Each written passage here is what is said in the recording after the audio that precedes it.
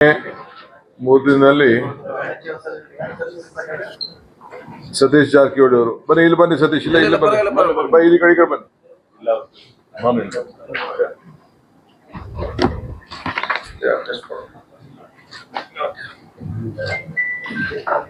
ಸತೀಶ್ ಜಾರಕಿಹೊಳಿ ಅವರು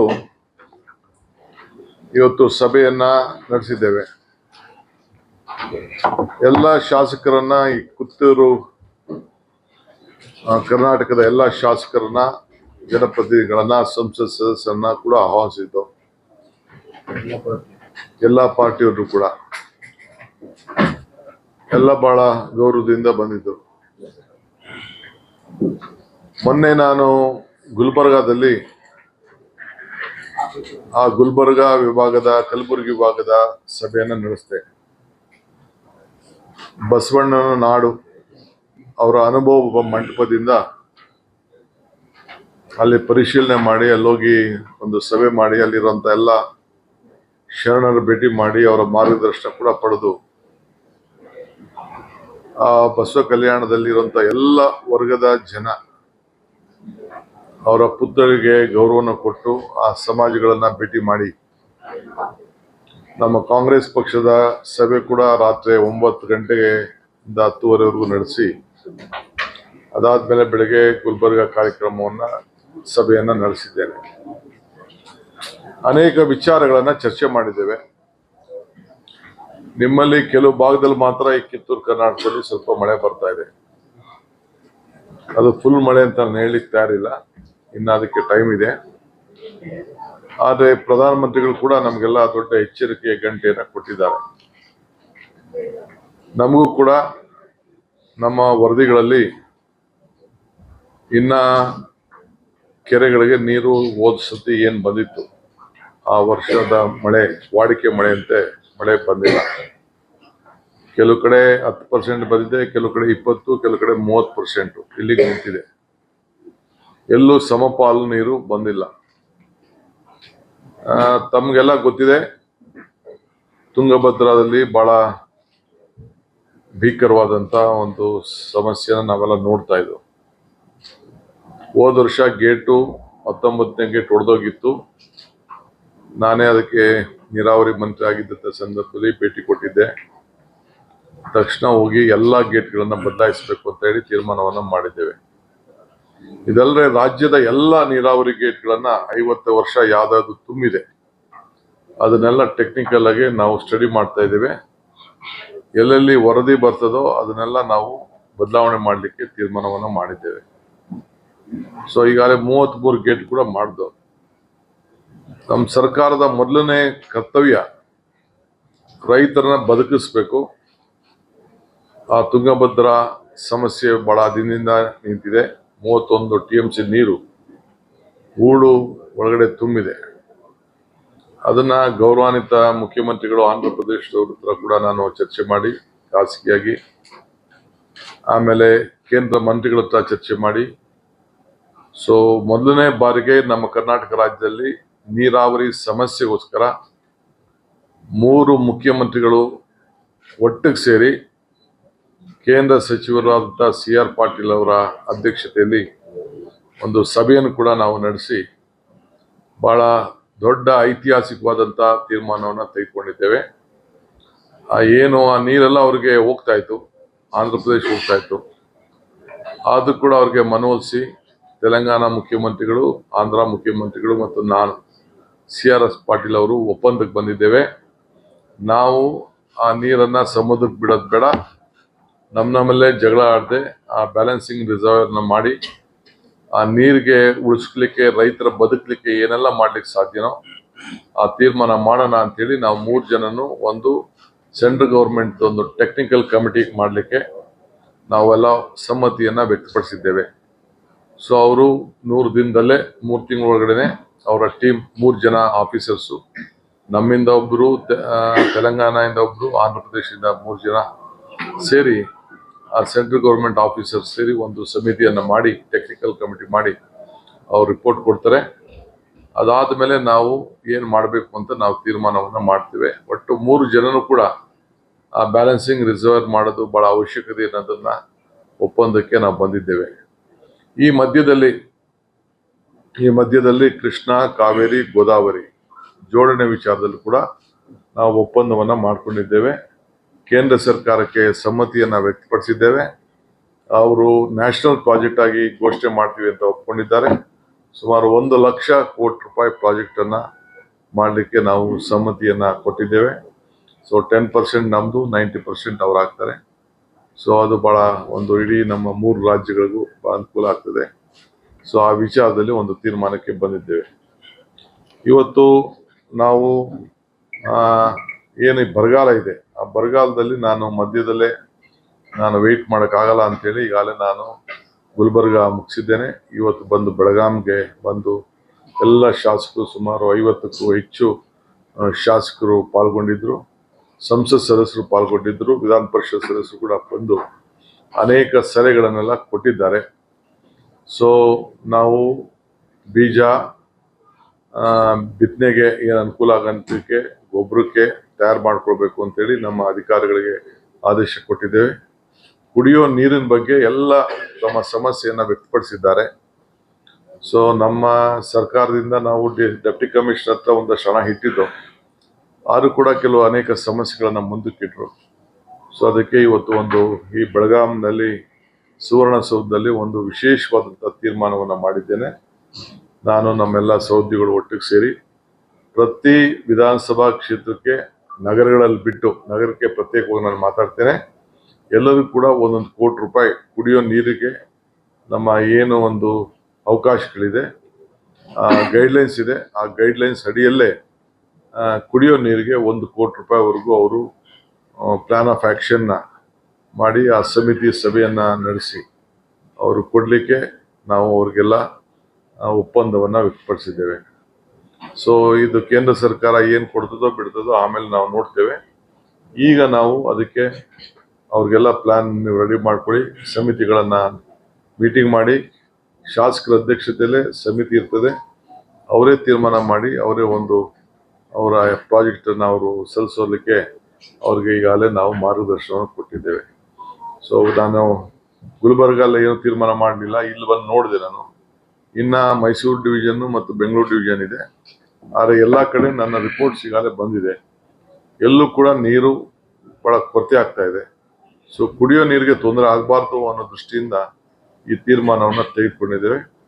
ಮುಂದೊಂದು ದಿನದಲ್ಲಿ ನೀರಾವರಿಗೆ ನೀರು ಬರ್ತದೋ ಇಲ್ಲೋ ನಾವು ಕಾದು ನೋಡಬೇಕಾಗಿದೆ. ಆದರೆ ಕುಡಿಯೋ ನೀರು ವಿಚಾರದಲ್ಲಿ ಎಲ್ಲ ಕೆರೆಗಳಲ್ಲಿ, ಈ ಡ್ಯಾಮ್ಗಳಲ್ಲಿ ಆ ನೀರನ್ನು ಸ್ಟಾಕ್ ಮಾಡಲಿಕ್ಕೆ ಸೂಕ್ತ ಕ್ರಮ ಕೈಗೊಳ್ಳಬೇಕು ಅಂತೇಳಿ ನಮ್ಮ ಅಧಿಕಾರಿಗಳಿಗೆ ನಾವು ಮಾರ್ಗದರ್ಶನವನ್ನು ಕೂಡ ನಾವು ಕೊಟ್ಟಿದ್ದೇವೆ. ಸೊ ಇದು ಬಹಳ ಪ್ರಮುಖವಾದಂಥ ವಿಚಾರ. ಇನ್ನು ಎಲ್ಲ ನಮ್ಮ ಜಿಲ್ಲಾಧಿಕಾರಿಗಳಿಗೆ ಅವ್ರಿಗೆ ಏನೇನು ಬೇಕೋ ಅವರ ಸಮಸ್ಯೆಗಳು ಕೂಡ ಆಲಿಸಿದ್ದೇನೆ. ಅವರು ಕೂಡ ಕೆಲವು ನಾವು ಮುಂದುವರಿಸಿ, ನೀವು ಶಾಸಕರ ಜೊತೆ ಮೀಟಿಂಗ್ ಮಾಡಿ ನಿಮ್ದು ಏನಾದ್ರು ನೀತಿ ಬದಲಾವಣೆ ಆಗಬೇಕು ಅನ್ನೋದು ಕೂಡ ಬರ ಪರಿಹಾರದ ವಿಚಾರದಲ್ಲಿ ತಾವು ಹೇಳಿ ಅಂತ ಅವ್ರಿಗೂ ಕೂಡ ಅವಕಾಶ ಕೊಟ್ಟು ಅವರು ಕೂಡ ಸಲಹೆ ಕೊಟ್ಟಿದ್ದಾರೆ. ಅದಕ್ಕೆಲ್ಲ ಪರಿಹಾರ ಕಂಡಿರುವಂಥ ವ್ಯವಸ್ಥೆನ ಅವ್ರು ಮಾಡ್ಕೊಳ್ಳಿ, ಸಮಸ್ಯೆಯನ್ನು ಬಗೆಹರಿಸಿ ಅಂತೇಳಿ ಅವರು ಕೂಡ ಮಾರ್ಗದರ್ಶನ ಕೊಟ್ಟಿದ್ದೇವೆ. ಸೊ ಈ ಫರ್ಟಿಲೈಸರ್ಸ್ ವಿಚಾರದಲ್ಲಿ ನಾನು ಬೆಂಗಳೂರಿನಲ್ಲಿ ಮತ್ತೆ ಒಂದು ಮೀಟಿಂಗ್ ನಾನು ಮಾಡ್ತೀನಿ. ಏಕೆಂದರೆ ಕೇಂದ್ರ ಸರ್ಕಾರ ಬರೀ 50% ಮಾತ್ರ ನಮಗೀಗಾಗಲೇ ಫರ್ಟಿಲೈಸರ್ಸ್ನ ಕೊಟ್ಟಿದೆ. ಸಂಬಂಧಪಟ್ಟ ಮಂತ್ರಿಗಳ ಹತ್ರ ಮಾತಾಡ್ತೀನಿ, ನಮ್ಮ ಅಧಿಕಾರಿಗಳನ್ನ ಕಳಿಸಿ ಅದಕ್ಕೆ ಫರ್ಟಿಲೈಸರ್ಸ್ ಹೀಗೆ ಅದು ಉಪಯೋಗಕ್ಕೆ ಬರ್ತದೋ ಬೇಡ ಇಲ್ವೋ ನಾವು ಒಟ್ಟೊಳಗೆ ಸ್ಟಾಕ್ ಮಾಡ್ಕೊಳ್ಳೋದು ಬಹಳ ಸೂಕ್ತ ಅನ್ನೋದು ತೀರ್ಮಾನಕ್ಕೆ ಬಂದಿದ್ದೇವೆ. ಬಿತ್ತನೆ ಬೀಜ ವಿಚಾರದಲ್ಲಿ ನಾನು ಈಗಾಗಲೇ ನಿಮ್ಗೆ ಹೇಳಿದ್ದೇವೆ. ಆಮೇಲೆ ಫಾರೆಸ್ಟ್ ಡಿಪಾರ್ಟ್ಮೆಂಟ್ ಅವರು ಈ ನೀರಾವರಿ ಯೋಜನೆಗಳಿಗೆ ಮತ್ತು ನಮ್ಮ ಕುಡಿಯೋ ನೀರು ವಿಚಾರಕ್ಕೆ ಭಾಳ ಅಬ್ಸ್ಟ್ರಕ್ಷನ್ ಮಾಡ್ತಾ ಇದ್ರು ಅಂತೇಳಿ ಅನೇಕರು ಸಲಹೆಗಳು ಕೊಟ್ಟಿದ್ದಾರೆ. ಸುಮಾರು 60ಕ್ಕೂ ಹೆಚ್ಚು ಜಾಗಗಳಲ್ಲಿ ಆ ಪೈಪ್ ಲೈನ್ ಎಳಿಲಿಕ್ಕೆ ತೊಂದರೆ ಮಾಡ್ತಾ ಇದ್ದಾರೆ ಕುಡಿಯೋ ನೀರಿಗೆ ಅಂತೇಳಿ. ಸೊ ಅದಕ್ಕೆ ನಾನು ಅವ್ರಿಗೆ ನಿರ್ದಿಷ್ಟವಾದಂಥ ಮಾರ್ಗದರ್ಶನವನ್ನು ಕೊಟ್ಟಿದ್ದೇನೆ. ಯಾವ ಕಾರಣಕ್ಕೂ ಕುಡಿಯೋ ನೀರಿನ ಪೈಪ್ ಲೈನಲ್ಲಿ ಅಂಡರ್ಗ್ರೌಂಡಲ್ಲಿ ಹಾಕೊಂಡು ಹೋಗ್ಲಿಕ್ಕೆ ಯಾವ ಥರದ ತೊಂದರೆ ಕೂಡ ಕೊಡಬಾರ್ದು. ಇದು ಪ್ರಯಾರಿಟಿ, ಇದು ಮಾನವೀಯತೆ ಪ್ರಶ್ನೆ ಅನ್ನೋದನ್ನು ಮಾರ್ಗದರ್ಶನವನ್ನು ಕೊಟ್ಟಿದ್ದೇನೆ.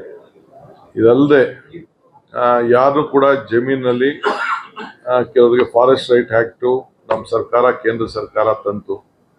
ಇನ್ನ ಕೆಲವು ಕಡೆ ನಮ್ಮ ಸೋಷಿಯಲ್ ವೆಲ್ಫೇರ್ ತೀರ್ಮಾನ ಆಗಿಲ್ಲ. ST ಅವ್ರಿಗೆ 75 ವರ್ಷ, ಜನರಲ್ ಇದು ST ಅವ್ರಿಗೆ 25 ವರ್ಷ, ಜನರಲ್ ಬೇರೆಯವ್ರಿಗೆ 75 ವರ್ಷ ಅಂತಿತ್ತು. ಅದಕ್ಕೊಂದು ಸಮಿತಿ ಇದೆ. ಇನ್ನ ಕೆಲವು ನಮ್ಮ ಫಾರೆಸ್ಟ್ ಅವರು ತಕರಾರುಗಳು ಆಗ್ತಾ ಇದ್ದಾರೆ. ಯಾರನ್ನು ಕೂಡ ಒಕ್ಕಲು ಎಬ್ಬರಿಸಬಾರ್ದು. ಕಾನೂನು ಚೌಕಟ್ಟಿನಲ್ಲಿ ಏನಿದೆ ಅದರ ಕಾನೂನು ಪ್ರಕಾರ ಅವ್ರಿಗೆ ಏನು ಹಕ್ಕು ಸಿಕ್ಕೊಡ್ಬೇಕು ಆ ಹಕ್ಕನ್ನ ಕೊಡ್ಬೇಕಾಗ್ತದೆ. ಯಾರು ಕೂಡ ರೈತರನ್ನ ಫಾರೆಸ್ಟ್ ಅಲ್ಲಿ ಯಾರು ಟ್ರೈಬಲ್ಸ್ ಇರ್ಬೋದು, ಜನರು ಇರ್ಬೋದು, ಯಾರು ಮೂಲಭೂತವಾಗಿ ನೂರಾರು ವರ್ಷದಿಂದ ವ್ಯವಸಾಯ ಮಾಡ್ಕೊಂಡು ಬರ್ತಾ ಇದ್ದಾರೆ, ತಲಂತರವಾಗಿ ಅವ್ರನ್ನ ರಕ್ಷಣೆ ಮಾಡಬೇಕು. ಇದು ನಮ್ಮ ಸರ್ಕಾರದ ನೀತಿ ಅನ್ನೋದನ್ನ ನಾನು ನಮ್ಮೆಲ್ಲ ಅಧಿಕಾರಿಗಳಿಗೆ ಮಾರ್ಗದರ್ಶನವನ್ನ ಕೊಟ್ಟಿದ್ದೇನೆ. ಇದಲ್ಲದೆ ತಮಗೆಲ್ಲ ಗೊತ್ತಿದೆ, ರಾಮ ಮಂದಿರದಲ್ಲಿ ಯಾವ ರೀತಿ ದೊಡ್ಡ ನಮಗೆಲ್ಲ ಅಗೌರವ ಬಂದಿದೆ. ನೀವೆಲ್ಲ ಬಹಳ ಭಕ್ತಿಯಿಂದ ಇಟ್ಟಿಗೆ ಕೊಟ್ಟಿದ್ದೀರಿ, ಹಣ ಕೊಟ್ಟಿದ್ದೀರಿ, ಚಿನ್ನ ಕೊಟ್ಟಿದ್ದೀರಿ, ಬೆಳ್ಳಿ ಕೊಟ್ಟಿದ್ದೀರಿ, ದುಡ್ಡು ಹಾಕಿದ್ದೀರಿ, ಎಲ್ಲ ಹೋಗಿ ಹಾಕಿದ್ದೀರಿ. ಇದೊಂದು ದೊಡ್ಡ ಕಳ್ತನದ ಒಂದು ದೊಡ್ಡಾಗಿ ನಮಗೆಲ್ಲ ಮಾನಸಿಕವಾಗಿ ದೊಡ್ಡ ಅವಮಾನ ಆಗಿದೆ. ಧರ್ಮದ ಹೆಸರಿನಲ್ಲಿ ನಾವು ಎಲ್ಲ ಈ ರೀತಿ ಮಾಡಿ ಈ ರೀತಿ ತೊಂದರೆ ಆಗಿರೋದು ನಮಗೆಲ್ಲ ಗೊತ್ತಿದೆ. ಮುನ್ನೆಚ್ಚರಿಕೆಯಾಗಿ ಇಡೀ ರಾಜ್ಯದ ಎಲ್ಲ ನಮ್ಮ ಮುಜರಾಯಿ ದೇವಸ್ಥಾನಗಳಲ್ಲಿ ಕಡ್ಡಾಯವಾಗಿ ಆ ದೇವಸ್ಥಾನದ ಒಳಗಡೆ ಗೋಲ್ಕದ ಎದುರುಗಡೆ CCTVಯನ್ನ ಅಳವಡಿಸ್ಬೇಕು.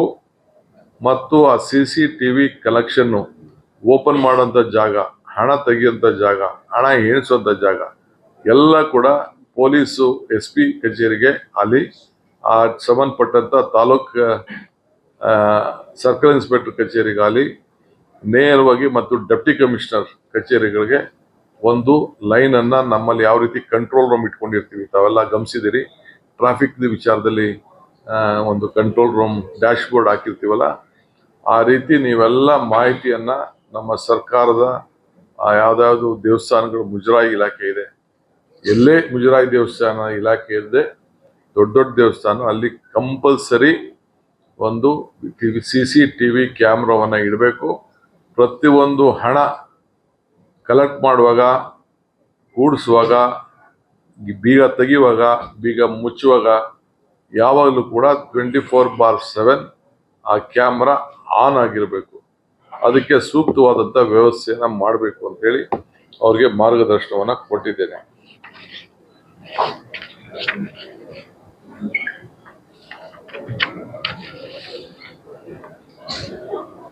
ಜೊತೆಗೆ SIR ಬಗ್ಗೆ ಕೂಡ ಮಾರ್ಗದರ್ಶನ ಕೊಟ್ಟಿದ್ದೇನೆ. Right to vote, right to leave.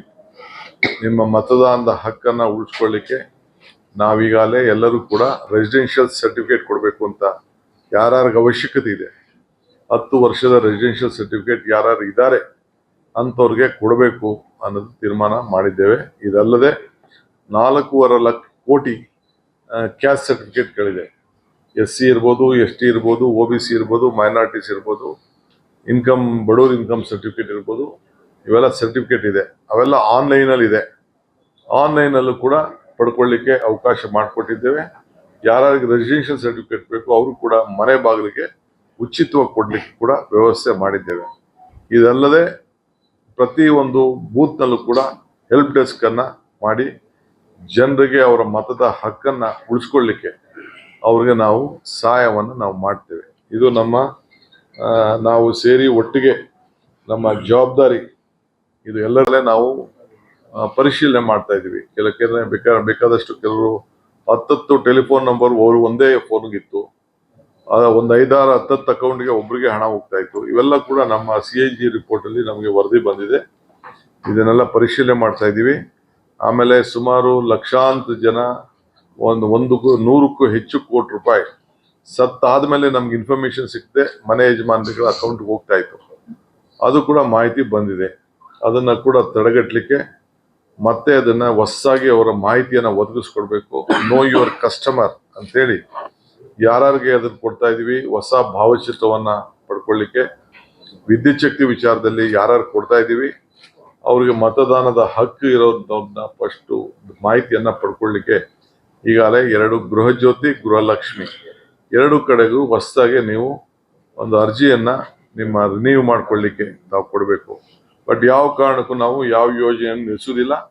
ಎಲ್ಲ ಅರ್ಹ ಫಲಾನುಭವಿಗಳಿಗೆ ಇದನ್ನ ಕೊಡ್ಲಿಕ್ಕೆ ನಾವು ಕ್ರಮವನ್ನ ಕೈಗೊಳ್ತಾ ಇದ್ವಿ. ನಮ್ಮ ಯೋಜನೆ ಮುಂದುವರಿತದೆ. ಸಿದ್ದರಾಮಯ್ಯನವರ ಸರ್ಕಾರದಲ್ಲಿ ನಾವೆಲ್ಲ ಸೇರಿ ಏನ್ ತೀರ್ಮಾನ ಮಾಡಿದ್ದೋ ಯಾವ ಕಾರ್ಯಕ್ರಮ ಕೂಡ ನಿಲ್ಲಿಸುವಂತ ಪ್ರಶ್ನೆ ಇಲ್ಲ, ಎಲ್ಲರೂ ಕೂಡ ಮುಂದುವರಿತದೆ. ಬಟ್ ಕೆಲವ್ರಿಗೆ ಏನು ಸಮಸ್ಯೆ ಇತ್ತು, ಏನು ನಮಗೆ ನಮ್ಮ ಇವರು ಆಡಿಟರ್ಸು ನಮ್ಗೇನು ಗೈಡ್ ಮಾಡಿದ್ದಾರೆ, ಅದ್ರ ಬಗ್ಗೆ ನಾವು ಪರಿಶೀಲನೆಯನ್ನು ನಾವು ಮಾಡ್ತಾ ಇದ್ದೀವಿ.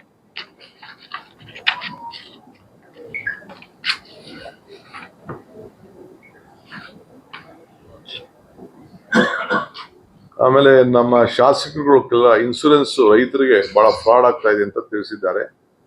ಅದನ್ನ ನಾನು ಬೆಂಗಳೂರಿನಲ್ಲಿ ಒಂದು ಸಪರೇಟ್ ಆಗಿ ಮೀಟಿಂಗ್ ಮಾಡಿ, ಯಾಕೆಂದ್ರೆ ಗುಲ್ಬರ್ಗ ಕಡೆ ಒಂದು ಮಾಹಿತಿ ನನಗೆ ಬಂದಿದೆ, ಇಲ್ಲೂ ಕೂಡ ನಾನು ನೆಕ್ಸ್ಟ್ ಬೆಂಗಳೂರಿನಲ್ಲಿ ಇನ್ಸೂರೆನ್ಸ್ ಬಗ್ಗೆ ರೈತರಿಗೆ ಎಷ್ಟು ಹಣ ಕಟ್ತಾ ಇದ್ದಾರೆ, ಏನು ಅವ್ರಿಗೆ ಸಿಗ್ತಾ ಇದೆಯಾ ಇಲ್ಲ, ಏನು ಎತ್ತ ದಳ್ಳಾಳಿಗಳ ದಂಧೆ ನಡೀತಾ ಇದೆ ಅನ್ನೋದು ಕೂಡ ನನ್ನ ಗಮನಕ್ಕೆ ಕೆಲವು ಶಾಸಕರೆಲ್ಲ ತಿಳಿಸಿದ್ದಾರೆ. ಅದ್ರ ಬಗ್ಗೆ ಕೂಡ ನಾನು ಬೆಂಗಳೂರಿನಲ್ಲಿ ಪ್ರತ್ಯೇಕ ಸಭೆ ಮಾಡ್ತೇನೆ. ಬಹಳ ಜನ ಶಾಸಕರು ಮೋಡ ಬಿತ್ತನೆ ಆಗಬೇಕು ಅಂತೇಳಿ ಮನವಿ ಮಾಡಿದ್ದಾರೆ. ಸುಮಾರು 10ಕ್ಕೂ ಹೆಚ್ಚು ಜನ ಶಾಸಕರು ನಾವೊಂದು ಪ್ರಯೋಗ ಮಾಡಬೇಕು, ಹಿಂದೆ ಆಗಿತ್ತು. ಮೊನ್ನೆ ಏನೋ ಶಾಸಕರೆಲ್ಲ ಸೇರಿ ಅವ್ರವ್ರು ಹಣ ಹಾಕೊಂಡು ಪ್ರಯತ್ನ ಮಾಡಿದ್ದಾರೆ. ಸೊ ಅದು ಕೆಲವು ಯಶಸ್ವಿ ಆಗಿದೆ ಅಂತ ತಿಳಿಸಿದ್ದಾರೆ. ನಾನು ಅದ್ರ ಬಗ್ಗೆ ರಿಪೋರ್ಟ್ ತರಿಸ್ಕೊಳ್ತೇನೆ. ಬೆಂಗಳೂರಿನಲ್ಲಿ ಒಂದು ಸಪ್ರೇಟ್ ಮೀಟಿಂಗ್ ಮಾಡ್ತೇನೆ. ಮೀಟಿಂಗ್ ಮಾಡಿ ಅದ್ರ ಬಗ್ಗೆ ನಾನು ಗಂಭೀರವಾದಂಥ ಒಂದು ತೀರ್ಮಾನವನ್ನು ತೆಗೆದುಕೊಳ್ತೇವೆ. ಇದಲ್ಲೇ ನಮ್ಮ ಭೂ ದಾಖಲೆಗಳು, ನಮ್ಮ ರೆವಿನ್ಯೂ ಮಿನಿಸ್ಟರ್ ಅವರು ಒಂದು ವಿಶೇಷವಾದ, ಹಿಂದೆ ಕೃಷ್ಣ ಬೈರೇಗೌಡರು ಅದನ್ನು ನಡೆಸ್ತಾ ಇದ್ರು. ಇದು ನಮ್ಮ ಸರ್ಕಾರಕ್ಕೆ ಬಹಳ ಪ್ರಿಯವಾದಂಥ ಪ್ರಾಜೆಕ್ಟ್.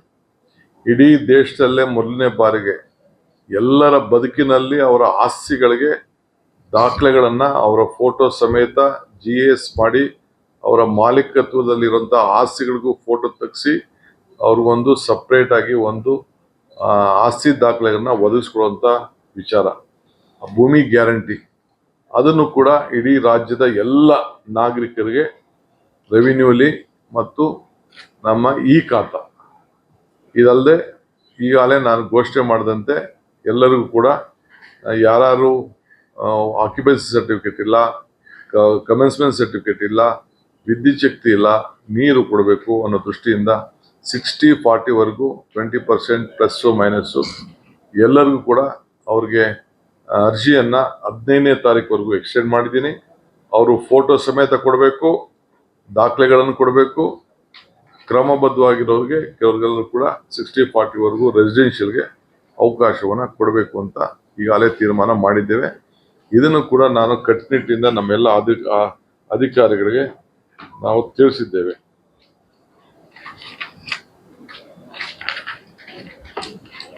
ಎಷ್ಟು ವಿಚಾರ.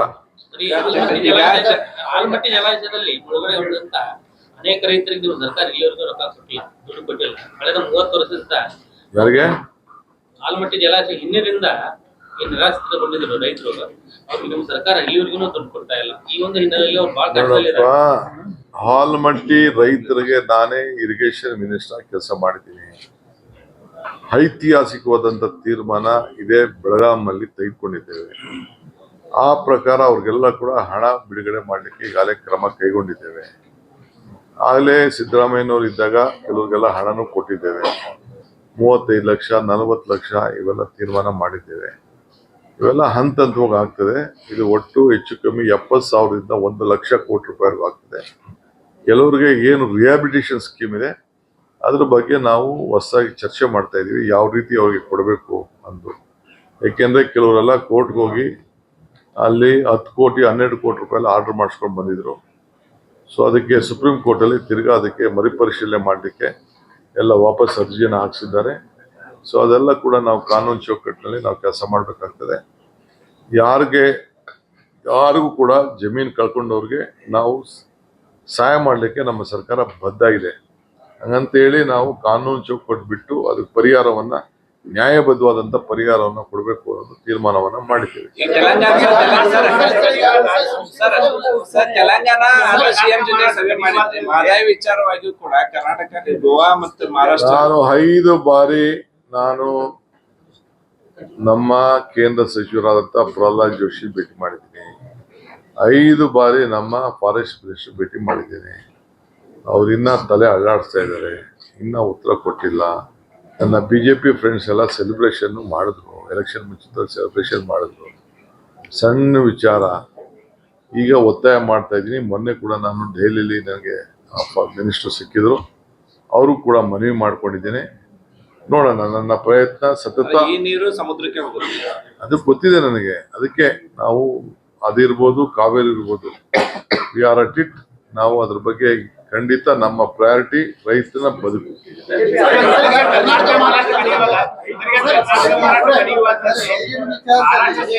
ನೀರಿನ ವಿಚಾರದಲ್ಲಿ ತೆಲಂಗಾಣ ಮತ್ತು ಹೈದರಾಬಾದ್ 2 ರಾಜ್ಯಗಳನ್ನ ನೋಡಿದ್ವಿ. ಅದೇ ರೀತಿಯಲ್ಲಿ ಗೋವಾ ಮತ್ತು ಇದು ಮಾದಾಯಿ ವಿಚಾರ ಮತ್ತು ಪ್ರತಾಪಂಡಿ ವಿಚಾರ ಖಂಡಿತ ಆ ಪ್ರಯತ್ನ ಕೂಡ ನಾನು ಮಾಡ್ತೀನಿ. ಮಹಾರಾಷ್ಟ್ರ ಸರ್ಕಾರ ಉನ್ನತ ಮಟ್ಟದ ಸಭೆ ಮಾಡಿದ್ದಾರೆ ಸರ್.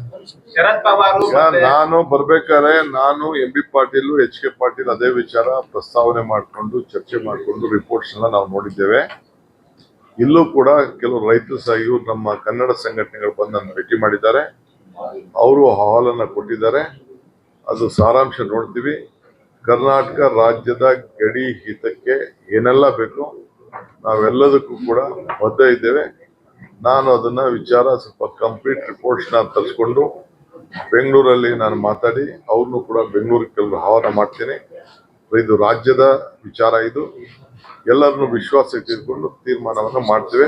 ಯಾವ ಕಾರಣಕ್ಕೂ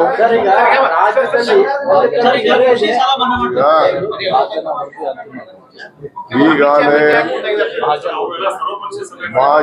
ಮಹಾಜನ ವರದಿ ಬಂದಿದೆ. ಅದು ಏನು ಅನ್ನೋದು ಈಗಾಗಲೇ ನಮ್ಮ ಸರ್ಕಾರದ ಅಭಿಪ್ರಾಯ, ಹಿಂದೆ ಅಂತಿಮವಾದಂತ ಅಭಿಪ್ರಾಯ ಅಂತ ಈಗಾಗಲೇ ನಾವು ತಿಳಿಸಿದ್ದೇವೆ. ಈಗ ಸದ್ಯಕ್ಕೆ ಅವರು ಮೀಟಿಂಗ್ ಮಾಡಿರ್ಬೋದು. ಮೀಟಿಂಗ್ ಮಾಡಿದ ತಕ್ಷಣ ಏನು ಇಲ್ಲ, ಅದಕ್ಕೆ ಏನೇನು ಕೋರ್ಟ್ ಕೇಸ್ ಇದೆ ಅದನ್ನೆಲ್ಲ ಗಮನಿಸ್ತೀವಿ. ನಮ್ಮ ರಾಜ್ಯದ ಹಿತವನ್ನ ನಾವು ಕಾಪಾಡ್ತೇವೆ. ಬೆಳಗಾವಿ ಮಹಾನಗರ ಪಾಲಿಕೆಯಲ್ಲಿ ಕರ್ನಾಟಕದ ಮಾಡ್ಬೇಕಂತೇಳಿ ಕನ್ನಡ ಸಂಘಟನೆಗಳು 2 ತಿಂಗಳಿಂದ ಹೋರಾಟ ಮಾಡ್ತಾ ಇವೆ. ಡಿಸಿ ಅವರು ಸರ್ಕಾರಕ್ಕೊಂದು ವರದಿ ಕೊಟ್ಟಿದ್ದಾರೆ. ಇದು ಮಹಾಜನ ವರದಿ ಅಂತಿಮ ಇದ್ರ ಬಗ್ಗೆ ಸರ್ಕಾರ ನಿರ್ಧಾರ ಮಾಡಿ ಇನ್ನೂವರೆಗೆ ಒಂದು ಠರಾವ್ ಪಾಸ್ ಆಗ್ತಾ ಇಲ್ಲ, ಇನ್ನೂ ಆಗ್ತಾ ಇಲ್ಲ. ಚರ್ಚೆ ಮಾಡ್ತೀನಿ ನಾನು ನೋಡಿ.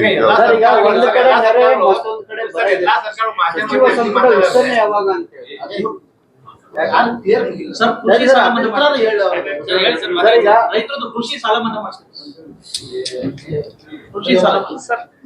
ಈಗ ಉತ್ತರ ಕರ್ನಾಟಕದ ಜನ ನಿಮ್ ಬಗ್ಗೆ ಬಹಳ ನಿರೀಕ್ಷೆ ಇಟ್ಕೊಂಡಿದ್ದಾರೆ. ನೀವು ಸಾಕ್ಷಿ ಗುಡ್ಡೆ ಬಗ್ಗೆ ಬಹಳ ಮಾತಾಡ್ತೀರಿ, ಬಟ್ ಉತ್ತರ ಕರ್ನಾಟಕದ ಜನ ನಿಮ್ಮ ಏನ್ ಸಾಕ್ಷಿ ಗುಡ್ಡೆ ಮಾಡ್ತೀರಿ ಅಂತ ಈಗ ಬಂದು ಇಲ್ಲಿ ಹೇಳಿ ಈ ತೀರ್ಮಾನ ತೆಗೆದುಕೊಂಡಿರೋದೇ ಒಂದು ಸಾಕ್ಷಿ ಗುಡ್ಡೆ ಅಲ್ವೇ? ಬೆಳಗಾವಿಯಲ್ಲಿ ದೊಡ್ಡ ಕೈಗಾರಿಕೆಗಳು ಬರ್ಬೇಕಂತ ಹೇಳಿ ಬಹಳ ದಿವಸದಿಂದ ಆಸೆ ಇದೆ ಸರ್. ದೇವರಾಜ ಇದ್ದಾಗ ಇಂಡಾಲ್ಕೋ ಕೊಟ್ಟಿದ್ರು. ಆಮೇಲೆ ಪ್ಯಾಂಟ್ ಬೆಂಗಳೂರು ಅಂದ್ರೂ ಅದು ತುಮಕೂರು ದಾಟಿ ಈ ಕಡೆ ಬರ್ತಾನೆ ಇಲ್ಲ. ಇಲ್ಲಿ ಅಟ್ರಾಕ್ಟಿವ್ ಪಾಲಿಸಿ ಆಗ್ಬೇಕು. ಗಡಿ ಭಾಗದಲ್ಲಿ ಕೂಡ ಕೈಗಾರಿಕೆ ಈಗ ಒಂದು ಹೊಸ ಪಾಲಿಸಿಯನ್ನ ಮುಖ್ಯಮಂತ್ರಿಗಳು ಹೇಳಿದಾರ. 100 days ಪ್ರೋಗ್ರಾಮ್ ನಲ್ಲಿ ಇಂಡಸ್ಟ್ರಿಯಲಿ ಬ್ಯಾಕ್ವರ್ಡ್ ಡಿಸ್ಟ್ರಿಕ್ಟ್ಸ್ ಅಂತ ಹೇಳಿ ಮುಖ್ಯಮಂತ್ರಿಗಳು ಈಗ ಅನೌನ್ಸ್ ಮಾಡ್ತಾರೆ. ಈಗ